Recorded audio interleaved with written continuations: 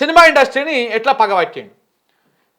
Cinema industry సరే ఈ arrest సందర్భంగా ఈయన ఒక మాట మాట్లాడిన దాంట్లో ఒకసారి చూడండి. ఇక్కడ ఇక చూడు, అరెస్టు చేస్తాం జైలు వేస్తాం, ఎక్కువ చేస్తే ఊరుకోం, అల్లు అర్జున్ అరెస్టు పైన ఎవరైనా నిరసన తెలిపితే వాళ్ళను కూడా పట్టుకొచ్చి జైలు వేస్తాం, ఫ్రీ బస్సు వల్ల నష్టం వచ్చిందని అన్నందుకు మెట్రో సీఈఓను జైలు వేయమని చెప్పిన. సినిమా వాళ్ళు ఏమైనా బోర్డర్లో పోరాటం చేస్తున్నారా? వాళ్ళు కూడా రియల్ ఎస్టేట్ వ్యాపారులే, పైసలు పెడతారు పైసలు తీసుకుంటారు. నేను ఎవరికి ఫ్యాన్ కాదు, నేనే స్టార్, నాకే ఫ్యాన్స్ ఉండాలి. అల్లు అర్జున్ ఇంట్లోనే సినిమా చూడవచ్చు కదా, సినిమా చూసి వెళ్ళిపోకుండా బయట హంగామా చేశాడు. జాతీయ ఛానల్ ఇంటర్వ్యూలో సీఎం రేవంత్ రెడ్డి ఏమన్నాడంటే arrest jail, jail arrest, arrest చేస్తాం జైల్లో పెడతాం, అరెస్టు చేయమని చెప్పినా జైల్లో పెట్టమని చెప్పినా, సెలబ్రిటీలను అరెస్టు చేస్తాం, అభిమానులను అరెస్టు చేస్తాం, మెట్రో సీఈఓను జైలు వేస్తాం, ట్విట్టర్లో పెడితే జైలుకు పంపిస్తాం, arrest arrest arrest arrest, jail jail jail jail. ఇలా సాగింది శుక్రవారము జాతీయ ఛానల్లో ముఖ్యమంత్రి రేవంత్ రెడ్డి గారి ఇంటర్వ్యూ. అరెస్టు జైలు పదాన్ని ఇడిచిపెట్టకుండా అలసిపోయేదాకా వీలైనన్ని సార్లు ఉచ్చరించాడు. ఎందుకంటే చాలా ఇష్టమైనటువంటి పదం కాబట్టి ఆయనకి. Arrest jail, jail arrest, arrest చేస్తాం జైలు వేస్తాం, ఈయన లోపడేస్తాం ఆని లోపడేస్తాం, ఊకం జైళ్ళకు పంపిస్తాం జైల్లో పెడతాం, చిప్పకూడదిన పెడతాం చిప్ప తింటాం. ఇక ఇదే కథ మొత్తం. ఆ ఇంటర్వ్యూ మొత్తంలో ఇక్కడ ఏమైతే రాష్ట్రమో ఇక ఇదే నడిచింది. అరెస్టు చేస్తాము జైలు వేస్తాము, అరెస్టు చేస్తాము జైలు వేస్తాము. ఎందుకంటే ఆయనకు అది బాగా నచ్చిన స్థలం కాబట్టి ఆ రకంగానే దాన్ని బాగా గుర్తు చేసుకుంటూ ఉంటాడు, మనాది చేస్తూ ఉన్నాడు. ఇది రేవంత్ రెడ్డి గారి హూందాతనం, ముఖ్యమంత్రికి ఉన్నటువంటి హూందాతనం ఒక ఇట్లా ఉందన్నమాట. సిగ్గు అనిపిస్తుంది మాకు నువ్వు ముఖ్యమంత్రి అని చెప్పుకోవడానికి కూడా. రైట్, ఒకసారి సినీ ఇండస్ట్రీని ఎట్లా పగబట్టిండు రేవంత్ రెడ్డి. ఒకసారి మీరు ఇక్కడ చూస్తే నేను ఒక ట్వీట్ వేసిన నిన్న, మీరు చూడండి ఒకసారి. ఆ ట్వీట్ సారాంశం ఏంటంటే ఇగో ఇక్కడ చూడండి, మీరు ఈ ట్వీట్ సారాంశం అర్థమవుతుంది. అదేంటో రేవంత్ రెడ్డి రాష్ట్రంలో లేనప్పుడే కీలక పరిణామాలు చోటు చేసుకుంటున్నాయి. నాగార్జున ఎన్కన్వెన్షన్ ఊలగొట్టుడు, లగచర్ల ఘటన, రైతులకు బేడిలేసుడు, అల్లు అర్జున్ను అరెస్ట్ చేసుడు, ఇవన్నీ కూడా రేవంత్ రెడ్డి రాష్ట్రంలో ఉండేటప్పుడు.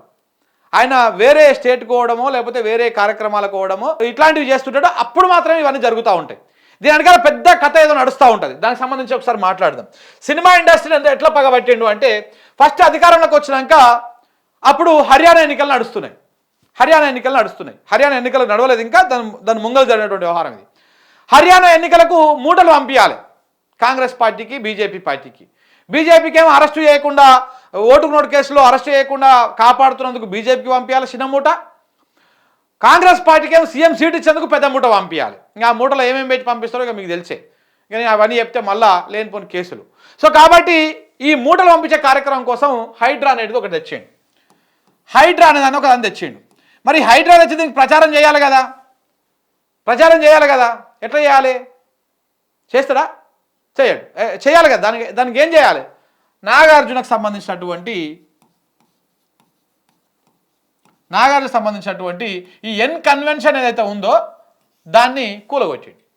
అప్పుడు ఆయన ఢిల్లీలో ఉన్నాడు రేవంత్ రెడ్డి, హైదరాబాద్లో లేడు. ఈయన ఢిల్లీలో ఉంటాడు. ఎన్ కన్వెన్షన్ ఇక్కడ కూలగొట్టేసారు, మొత్తం నేలమట్టం చేసేసారు. బాగా ప్రచారం వచ్చింది. ఇంకా సేమ్ ఇట్లా ఇప్పుడు ఎట్లయితే జోకిందో కాంగ్రెస్ బ్యాచ్, అబ్బా అందరికి ఒక తిరుగునే ఉన్నది, చట్టము సూపర్ ఉన్నది, న్యాయము హైడ్రా అద్భుతంగా చేస్తున్నది, రేవంత్ అన్న తోపు తురుము ఆకాశంలోకి వెళ్ళి ఊడిపడ్డాడు, ఇట్లా జాకిలు పెట్టి లేపారు. హైడ్రాకు మస్తు ప్రచారం వచ్చింది. ఎన్ కన్వెన్షన్నే కూలగొడితే మనమెంత లెక్కరా అని చెప్పేసి చిన్న బిల్డరు పెద్ద బిల్డరు, చిన్న వ్యాపారి పెద్ద వ్యాపారి, మంచి కట్టుకున్నోడు చెడ్డ కట్టుకుని అందరు భయపడి చిన్న చిన్న మూటలు కొండలరెడ్డికి, చిన్న చిన్న మూటలు తిరుపతి రెడ్డికి, పెద్ద పెద్ద మూటలు రేవంత్ అన్నకు పంపించారు. ఆ మూటలలో సగం చేసి పెద్ద సగమేమో కాంగ్రెస్ పార్టీకి, చిన్న సగమేమో బీజేపీ పార్టీకి.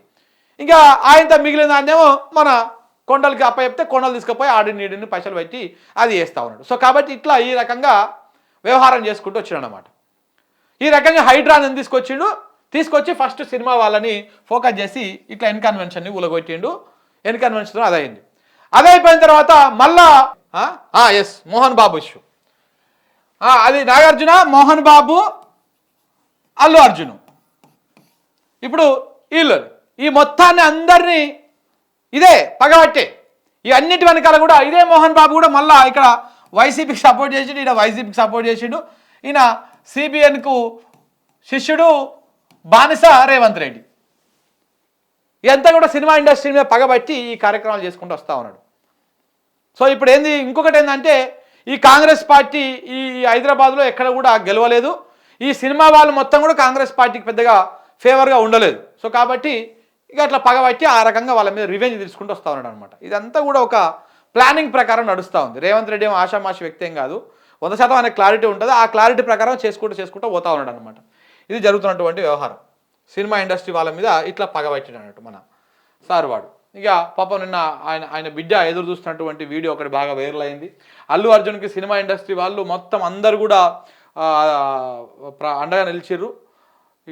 దీనికి సంబంధించినటువంటి వార్త ఇది. ఇగో రేవంత్ బ్రదర్స్ విషయంలోనూ చట్టం స్పందించాలని చెప్పేసి ఇది